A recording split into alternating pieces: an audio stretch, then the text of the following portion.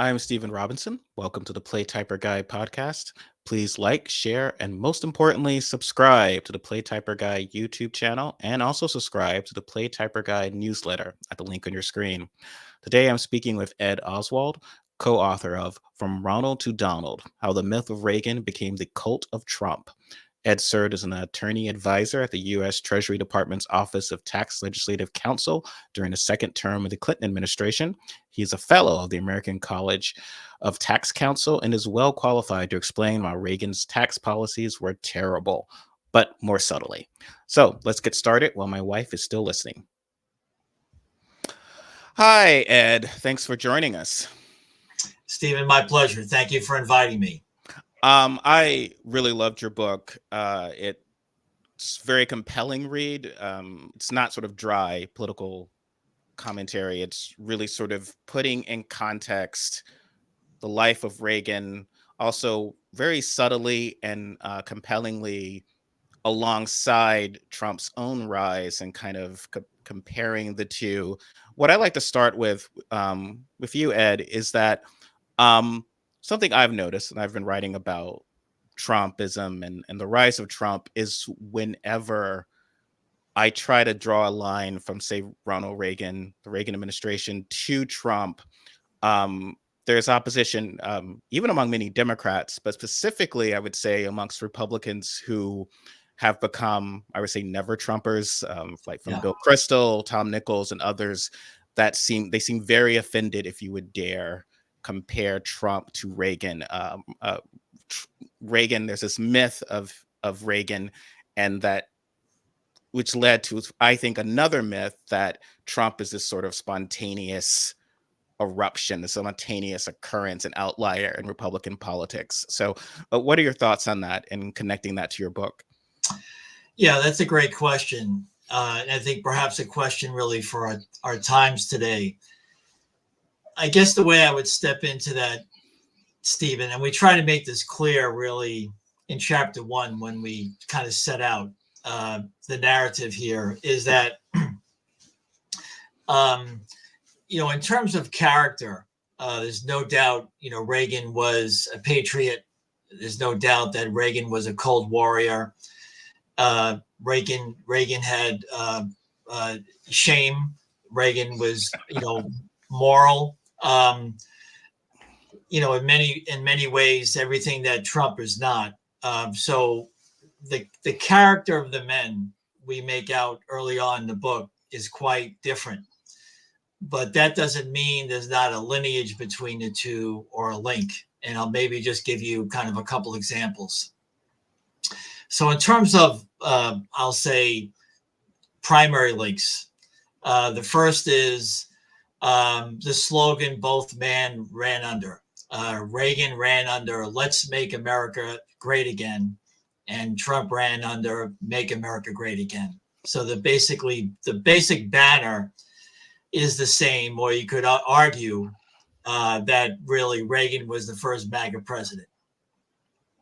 Two is the contents of their campaigns were quite similar. In other words, the DNA of the campaigns were quite close, where there was both, contempt for government, contempt for expertise, both promoted tax cuts, both were grounded somewhat in nationalism. And importantly, they were both grounded in nostalgia, hence Make America Great Again. They were both certainly Democrats for large portions of their lives. Reagan was a Democrat up to the early 60s. Trump was a Democrat and then not a Democrat, then a Democrat again, just depending, I think, on what suited him best. They were both divorced. Reagan was the first divorced president in the White House. I think Trump was divorced several times. Neither one was really a career politician.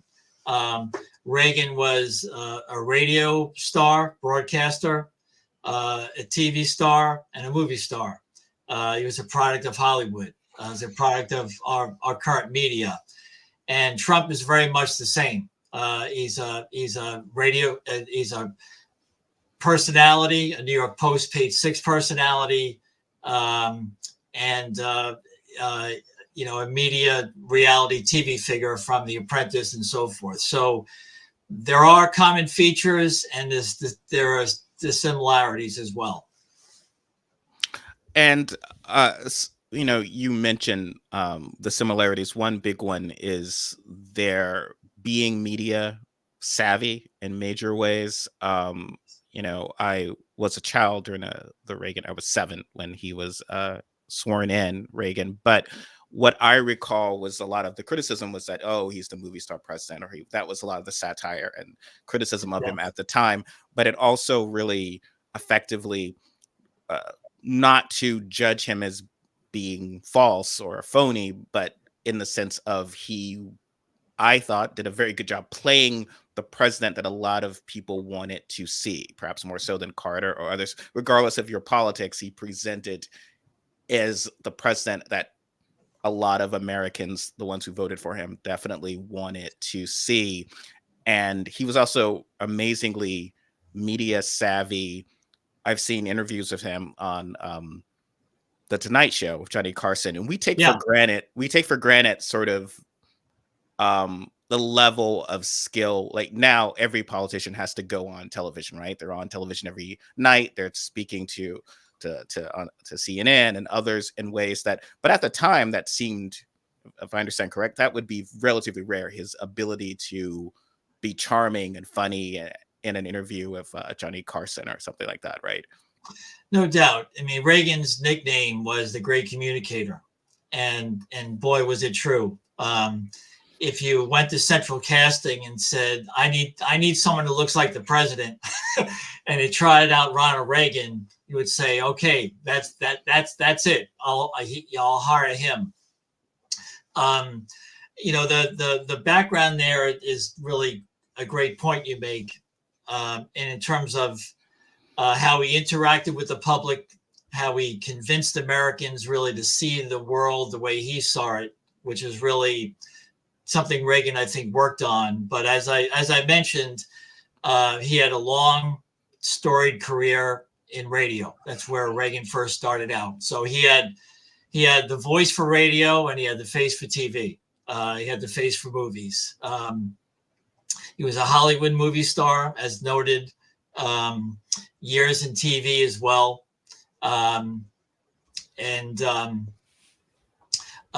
He was very effective at interacting with the media, very effective before the camera, very comfortable.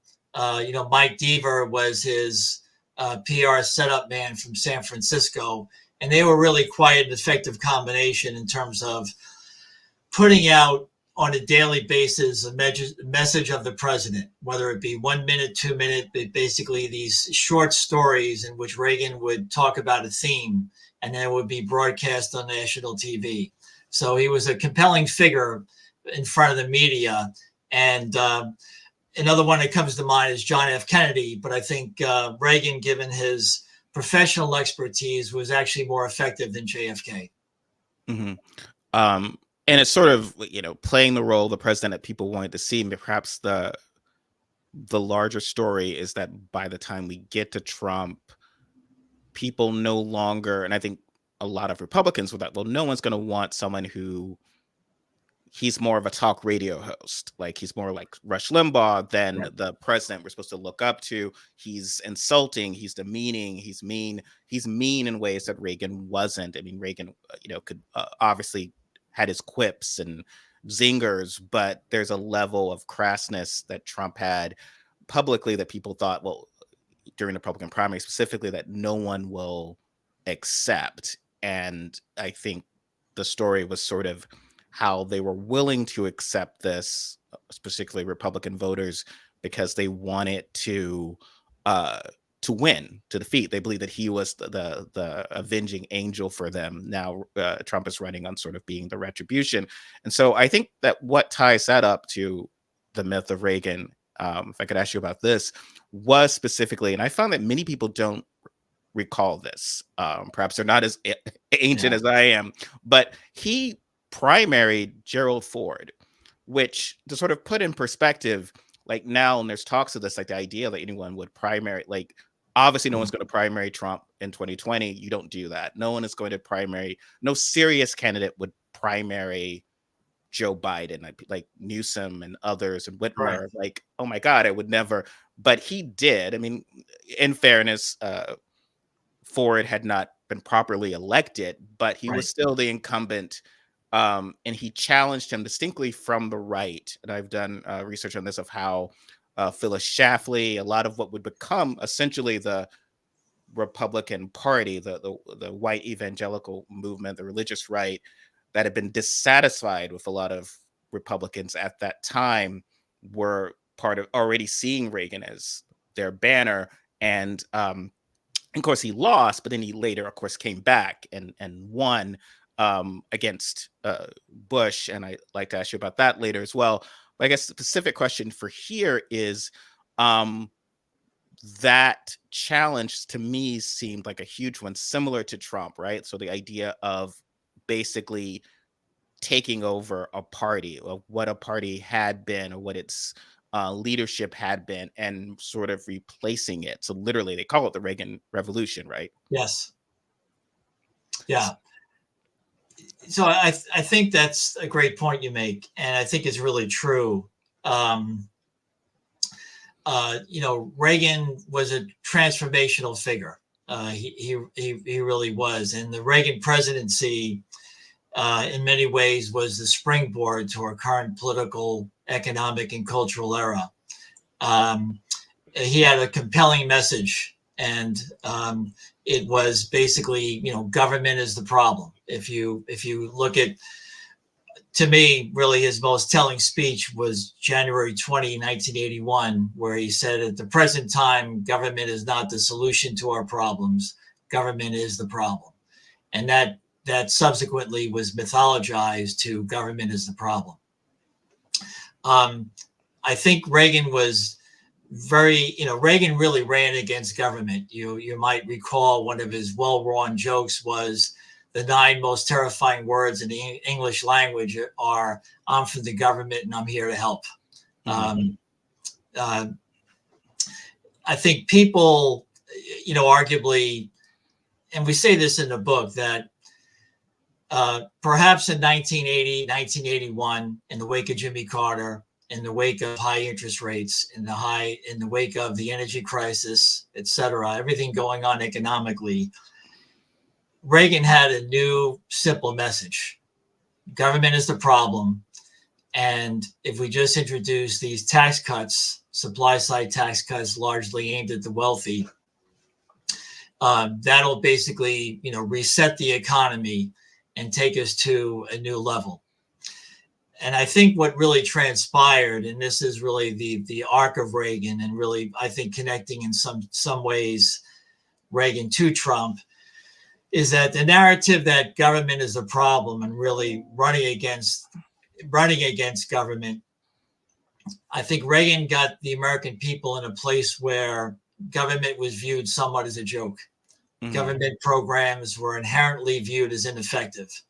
Regulatory agencies were not funded adequately. So it was almost a self-fulfilling prophecy that government would not function well because one, it was cleaned out of many experts, and also two, not well funded. The other thing that we really go out of way in our book to make, Stephen, is that the supply side tax cuts, which are basically tax cuts largely aimed at the wealthy, that began in 81. Then we had another tax cut in 86. We had George W. Bush's tax cuts in 2001. And then Trump's in 2017, really hollowed out the middle class in many ways, that the national income from the bottom 99% really was transferred up to the top decile or the top 20%. I can give you some statistics in a moment. But what that really led to is, I think, desperation among many in the middle class, desperation among certainly the white working class, that the system is no longer working for me. And if you look at some of the comments in terms of why people voted for Trump, both in 2016 and 2020, It's not common to see the phrase wrecking ball. Trump is a wrecking ball. I want to bring the system down. I want to burn the system down. And I think with the significant income and wealth inequality we have in our country, I would argue all stemming from Reagan's tax cuts beginning in 81 and never reset by anyone. I think the country is not working for a lot of people. And I think in part that gave rise to the election of Donald John Trump. Definitely. I know 2016 was a difficult election for Hillary Clinton in the sense of trying to win a third term in a White House, but also she's essentially running as Obama's vice president in the sense of she can't just basically say the system is rigged, you guys got screwed because, but her guy's still in the White House. And Bernie Sanders was making some of those arguments. But I feel as part of the challenge was that Democrats were in a situation of where they are hemorrhaging, and it was a huge excess. I mean, union households in Ohio, whatever, they're hemorrhaging all these voters, as you describe, who got destroyed by Reagan's policies. And I know I was covering this and I was looking at it and I felt like, oh my God, why? How could we not draw a Republican is going to benefit from the damage that Reagan made? That is insane to me, but it happened. Do you agree? I agree. It's really the paradox, and something I think a lot about myself a lot, but it's also in the book, where the sad irony of this is that those people are voting against their own economic interests. In other words, you could, whether it be culture wars, or whatever else is foisted upon people who are maybe not news savvy or don't have enough time to read the news or don't have enough time to appreciate really the point you made about where all this came from. You have a lot of people who vote against their own economic interests, that think that the Republican Party is the party of the working man. And it's not, and I would argue it never has been.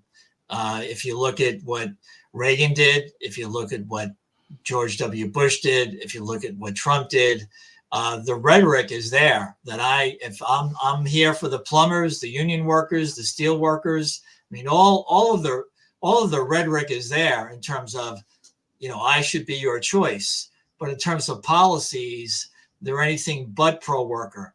And that's really, sobering and sad to me, because people do need help in this country. People do need a hand up. And they're just not voting in an informed way. And we certainly make that point in the book.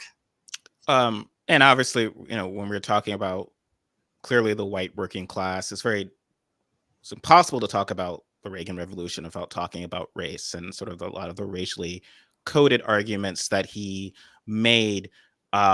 Because it's not like he came in and said, I want to make everything hunky-dory for rich people and poor people are going to suffer. Please vote for me. He did use a sort of working class rhetoric that was steeped, again, referring to the Johnny Carson interview, which I think was around 76 or so, where he's already talking about how they were wasting money on studies at a University of Michigan on whether chitlins are unhealthy for you, and specifically using chitlins. And it's like, and again, to also, which something that Trump has done is to take something that's far more complicated and make it something that a well-meaning person's like, what? You wasted all my tax dollars to find out if chitlins was bad for me? Like, of course they are, but like, without putting into the actual context of what the study was, what its benefits might have been.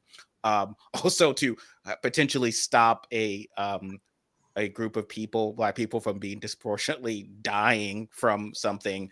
And he was sort of, again, government's terrible, government's is bad, government's screwing you, is sort of feeding that cynicism. And but when you talk about white working class people voting against their self-interest, a lot of what he was targeting was that other people are benefiting from these programs for not you. So of course the welfare queens and so forth. And then of course the marriage with the religious right. So it's sort of we're going to come in and defend the rights of the quote unquote unborn and other things like that, clearly making these arguments that Republicans previously weren't making. I mean, even Yes. when we talk about Trumpism, right, and we talk about Republicans changing their rhetoric and their dialogue to match Trump, especially on immigration, it's interesting to look at even George H.W. Bush, who I think was in a line of, along with Ford, of what you might call the Rockefeller Republicans, Yes. and he got on board pretty quickly. What's your thoughts on that?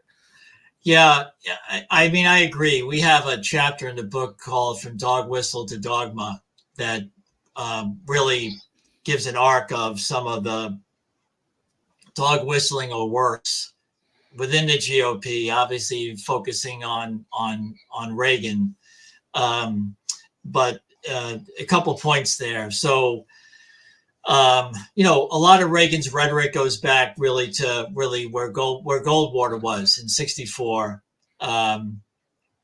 As you recall, Reagan gave, if you will, the speech. It really Mm. was Reagan, really launched Reagan into national politics, defending Goldwater during a televised campaign speech. But Reagan, maybe like Trump, was the master of taking one small aspect of government overreach and then extrapolating by it and say because the FBI raided because the FBI raided one home one night incorrectly, the FBI is coming to everyone's house, Mm. and you're all under threat and notice of either big government or the deep state, however you want to kind of portray it. The second point I'd like to make is that you're right that if you look at Reagan's rhetoric when he ran for governor of California, and also when he ran in he ran in 72 and 76, to just say kind of in those primaries. It goes back to his stories about the welfare queen, stories about young bucks in Florida. It goes back to food stamps and a lot of heated rhetoric to, I think, shift the focus of the working white class away from perhaps the benefits of the New Deal, but that basically your taxes are funding programs that are no longer for the benefit of you. And that I think is true. It's documented in the book, and that was really somewhat of a psychological transformation of, I think, how the GOP spoke to their voters, and in part attracted Reagan Democrats and others when Reagan first ran for president in the late '70s. So there's been, again, now I would say that's picked up in part by culture war, by immigration, by other shiny objects that distract, I'll say, the white working class from, again, getting back to what is in their own economic interest and the benefits of their family, to being distracted by coded words, if you will. Mm-hmm. Yeah, I mean, I've written about this as well.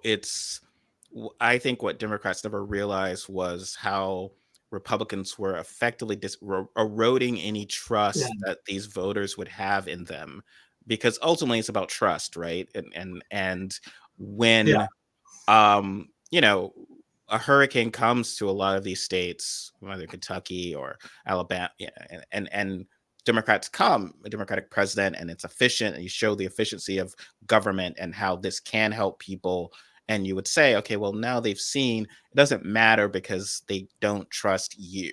And that's been one of the legacies of Reaganism or Republicanism for me, is whatever is showing that lack of trust. I guess the other thing regarding I think race, or because growing up in a black home and around black people, the thing that was always salient to us was um a lot of Reagan's rhetoric, even the sunniest, most optimistic rhetoric, and even Democrats will claim he's very optimistic. Yes. Well, to us, but okay, well, if government, if you think government's the problem, y- at every step, government helped us against the free market. Slavery is the ultimate free market. You have to come in and say you can't do that. Then the civil rights um, laws, the Civil Rights Act, which um, Goldwater opposed. Reagan supported Goldwater,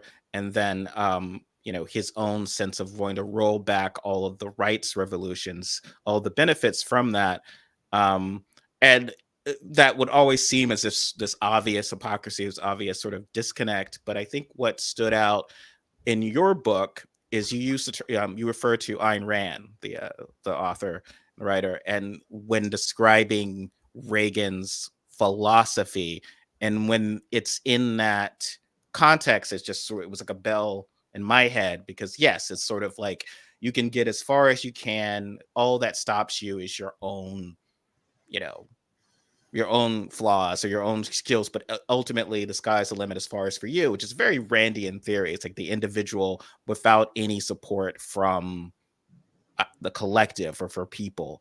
Right. And can you speak to that a bit? Yeah.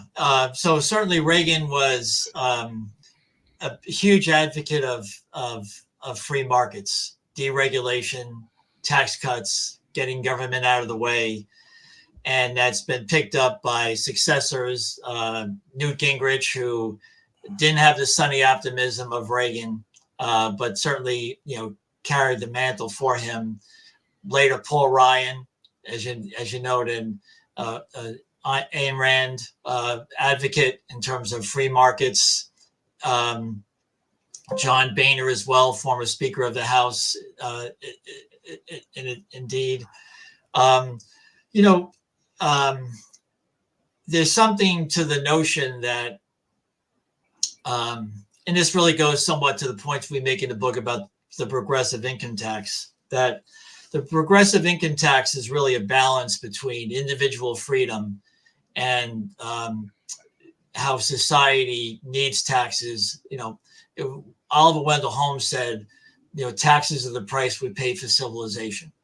So there's really always a balance between the collective and the individual. And Reagan was very much a proponent of the individual. The average progressive tax rate from 1932 through 1980, highest marginal tax rate was approximately 81%. That was really a different America, where there was a much more sense of the collective. Income taxes were higher, estate taxes were higher. There was the notion that even though we believe in individual freedom, everyone in this society needs a helping hand. We have programs such as Social Security, Medicare.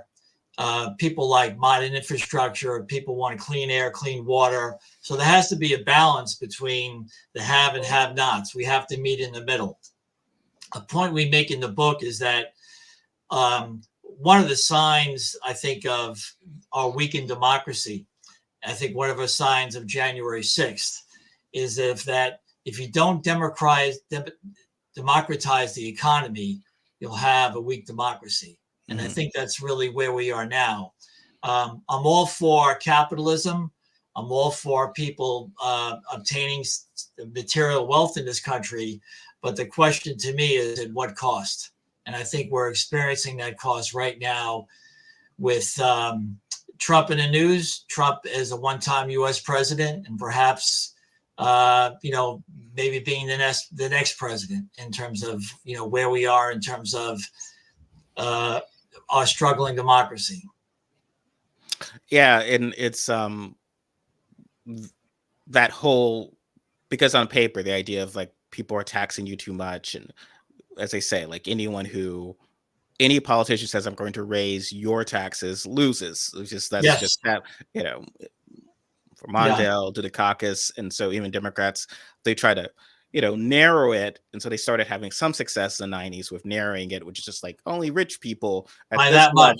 level. And by the, yeah, exactly. Yes. And then it was sort of the resuscitation of trickle down with the rhetoric of job creators. It's like, well, no, if we cut their taxes, they're not going to innovate or hire. One of my early childhood memories, I remember there was a Saturday Night Live with Ron Reagan, the president's son, and he's playing Marty McFly, and essentially where he goes back in time to explain to make sure his father becomes and he's just sort of casually explaining or wearing the Marty outfit, and then and at the top bracket it will trickle down, and it's literally the first time I'd actually heard it. It was referenced. That's funny. And it is absurd. I remember being like 11 or 12 and being like, well, that doesn't make any sense. Like, how does that? And then later, my mother's like, yeah, it does not. It destroyed it, and I feel like we have not, and we as in liberals, myself, have not effectively made this argument, because so much of the gutting and the cutting, so essentially gutting the middle class, and then even crime, so homelessness is a big issue, and that also is linked back to essentially cutting funding for mental health, cutting these institutions, and so but instead we just have the myth, and I personalize it because I was a child during the Reagan industry, or a young teenager, and it is as if the dialogue of Reagan now is just whatever memory I would have. So being 11 when the space shuttle blows up and seeing Reagan that night, a beautiful speech about it. Of course. And that's the memory, but obviously it's far more complicated than that. It is, a narrative in the book, and I probably said this too many times in the book, but it's something I say to my friends and something I've thought about. And I say to my 2 adult sons, really to your point, Stephen, we're still living in Reagan's America. Reagan was president 4 decades ago, but we live in Reagan's America and the myth of Reagan's America. And, the myth of Reagan's America is really described somewhat in the chapter we have in the book called Under Reagan's Shadow. And the myths of Reagan we still live by are: one, government is the problem. We're a superpower. We have nuclear weapons. We live in a ever smaller, crowded world. Government is not the problem. We need a well-funded and effective government. 2, and it's almost comical to say, tax cuts pay for themselves. As we say in the book, and well documented, no tax cut pays for itself. Period. Full stop. And lastly, the only way to move the economy forward, guess what? Is more tax cuts, more supply side tax cuts. So we're living under these three myths, and really, the byproduct of those 3 myths are: one, I would argue we're effectively living in an oligarchy. Between 1932 and 1980, the top 10% of the income stream got roughly 33 to 35% of the national income. In 2021, they got over 50%. I could give you more data, but again, I think we're effectively living in an oligarchy. 2 is the national debt is $34 trillion. Okay, I came up with the term, not unique, but the USA credit card. You'll never see you'll never see the salesman of supply side tax cuts have the America's credit card in their hand, but they use it significantly. The national debt was less than $1 trillion when Reagan took office. And if you listen to candidate Reagan talk about $1 trillion in national debt, he railed against that amount of money. He said he couldn't believe how much that was, and the burden we're leaving on the burden that we're leaving our children.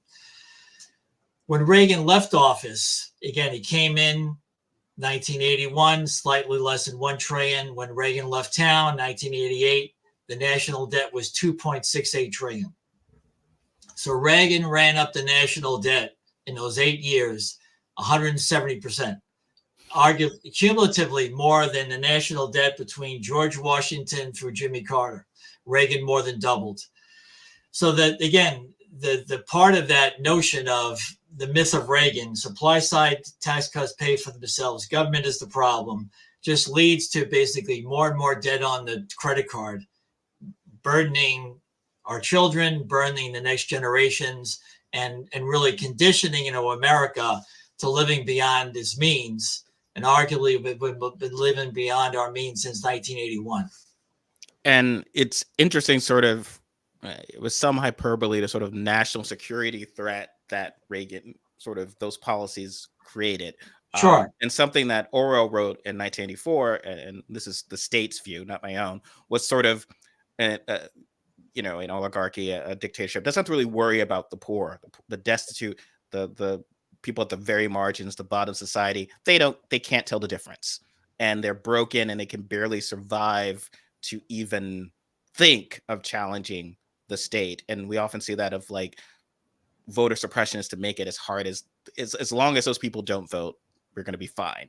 But then there's sort of the middle class who are afraid of becoming like the poor, or afraid that their standard of living is going to be taken away from them. And they're the ones who either need to be controlled or can be used to start another revolution. Those are the people you go to, because if you kind of go to the people at the margins, say, hey, come on, take up arms to fight for like what? And it's almost hard to get them to imagine anything better. But the folks in the middle, it's a little bit easier. And that sprang up, and along with the stuff you've been detailing in your book, because all the studies, like a lot of the folks at January 6th weren't dirt poor. They're relatively well off. They're relatively having good jobs. And their sense was something has been taken from me. Even the folks who voted for Trump, it's not necessarily people who had been trapped in sort of generational poverty for years, and that's all they knew. It was people who, you talk about your adult sons, of sort of people who looked at, oh, well, my dad had this life, and I should either have a life like my father's or better. And if I don't, I've been screwed. And that's sort of what got tapped into. And that is sort of, as you're saying, sort of income inequality is that big risk beyond that we should be helping people. It's that risk of, and as we've seen, obviously political and unrest that fears violence. So what do you see as a possible solution to that? I know in your book you detail some of it, but yeah, I think income inequality and really climate change, but I'll just deal with income inequality at the moment, is really the challenge of our times in America. As I noted in the book, unfortunately, neither Bill Clinton nor Barack Obama, I think, did an effective job in communicating the notion that supply side tax cuts and the way we've been managing our fiscal affairs of the country just don't add up. 2 and 2 is always 4. It will always be 4. And I think that both of them failed at that message, in part because we're in a position, I would argue, where the Democratic Party believes in math and science, and the 2024 version of the GOP does not. So if I'm saying, look, folks, we have to pay our bills. The national debt's at 34 trillion. The credit card bill is becoming hard to pay. And if you look at what the debt service is on 34 trillion, it's quite a large number. And that's only going to increase as interest rates increase. So if I'm going to argue, look, folks, we have to pay our bills, and the other national party is basically playing the role of Santa Claus, saying, I will give you tax cuts, and these tax cuts will pay for themselves. So don't worry about it, because no one sees the deficit. The deficit is invisible to us, at least to the average working person. They're not thinking about the national debt in the way that you and I might think about it. So the challenge over time really is to, I think, um, educate and convince Americans that math and science still matter, Hmm. that 2 and 2 is 4. And you may not feel the immediate effects of the deficit, but at some point you will. And at some point your children will, and at some point your grandchildren will. And we have to be sober and conscious about, where we have been the last 40 years, living under a range of myths that we need to, in effect, bust and have some clarity. And you also have to ask all the individuals who have benefited significantly financially over the last 4 decades, who are in this really quite low income tax environment, that they're now willing to pay their fair share, like people did from 1932 through 1980. That Reagan's notion of having it all is really a false promise, and we have to now face that all as adults and as mature individuals. And I guess my last question for you, or to tie that up, but the challenge I've seen is that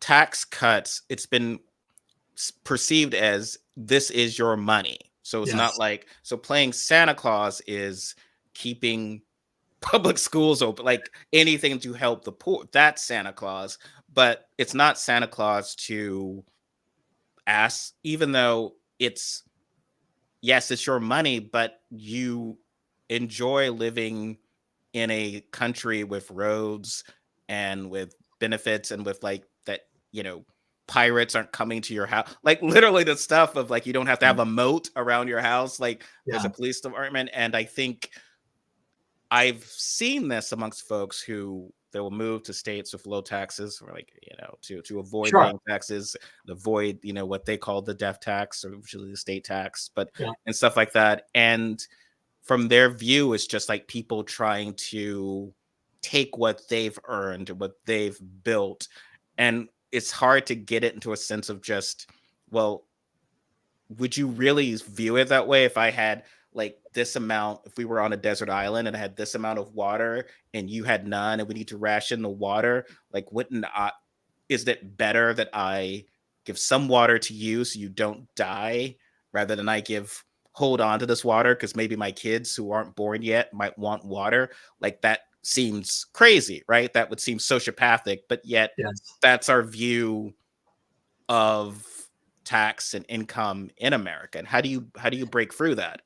Well, it is, and you may remember the fictional character Gordon Gekko from the movie Wall Street, where he said, greed is good. Hmm. And certainly the 1980s was a decade of greed. And as I noted earlier, the Reagan presidency was really the springboard into our current political, economic, and cultural era. And I think the only way to change, if you will, the culture of greed or consumerism, however you want to maybe describe that, is I would start with Joe Biden at the moment. Not him alone, but I know that Biden at one point talked about paying taxes is patriotic. Paying taxes, you want to pay your fair share, for the country. That's what you do as a citizen. All of that has been eroded. When I was growing up, and I'm older than you, but when I was growing up, the notion of shared sacrifice was not completely foreign. I Hmm. mean, I went to Catholic school, and I'll tell you that the notion of shared sacrifice was beaten through my head by many of the good nuns over the years. And there needs to be that type of transformation where the notion of greed is good has to be transformed to we're all in this together. And we make reference in the book that you may have all the money in the world, you may have a lot of wealth, you may have a thriving business, which is terrific. But if it exists within an unstable democracy, then it really at some point may have no value. Hmm. So your concern as a wealthy person and not just not a society of have and have-nots, but a society where people are not desperate economically, is really to your long-term benefit. Your business will thrive. It'll be more prosperous. Maybe you won't quite have as much, but you don't have to worry about it going away. Absolutely. Well, thank you so much, Ed. Your book, From Ronald to Donald, is spectacular. I think it's an important read, and details a history that I'm not seeing elsewhere. So I really feel like people should read this. I have all the appropriate links below. Thank you so much for taking the time to walk through some of this. We could talk for it forever because it's such a pivotal point in our history that we're still living through. Stephen, my pleasure. It was an honor being on your program. Thank you. Thank you so much. And again, everyone, like, share, subscribe. We'll catch you next time. Take care. Bye-bye. Thank you.